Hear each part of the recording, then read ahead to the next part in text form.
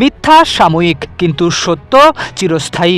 মাত্র 5 শব্দের এই বার্তাই যেন নতুন করে আলোচনায় এনেছে ঢাকাই সিনেমার জনপ্রিয় নায়িকা শাবনূরকে। মঙ্গলবার নিজের একাধিক ছবি ফেসবুকে পোস্ট করে এই ক্যাপশন দেন অভিনেত্রী।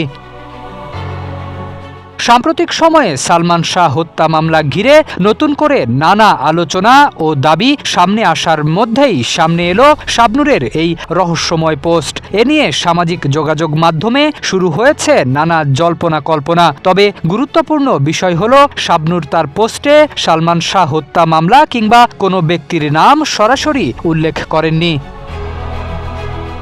সালমান শাহর মৃত্যুকে ঘিরে বিভিন্ন সময়ে শাবনূরের নাম নিয়েও নানা অভিযোগ উঠেছে, এমনকি তাকে গ্রেফতারের দাবিও জানিয়েছেন কেউ কেউ। এর মধ্যেই মামলার শুনানি শেষে রাষ্ট্রপক্ষের পাবলিক প্রসিকিউটর ওমর ফারুকী অভিনেতা ডনের আগের দেওয়া জবানবন্দির বিভিন্ন তথ্য গণমাধ্যমে তুলে ধরেন। 90-এর দশক থেকেই সালমান শাহ ও শাবনূরকে ঘিরে প্রেমের গুঞ্জন ছিল। তবে শাবনূর বরাবরই বলে এসেছেন সালমানকে তিনি ভাইয়ের মতো দেখতেন। সম্প্রতি সালমান শাহর মা নীলা চৌধুরীও বলেছেন তার ছেলে ও শাবনূরের মধ্যে প্রেমের সম্পর্ক ছিল না, সালমান তাকে বোনের মতোই দেখতেন।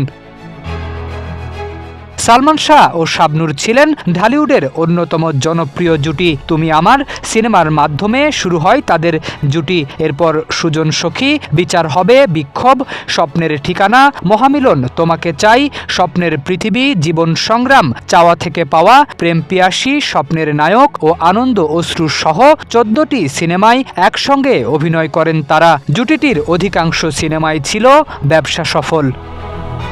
শরীফ উদ্দিন, ইত্তেফাক নিউজ।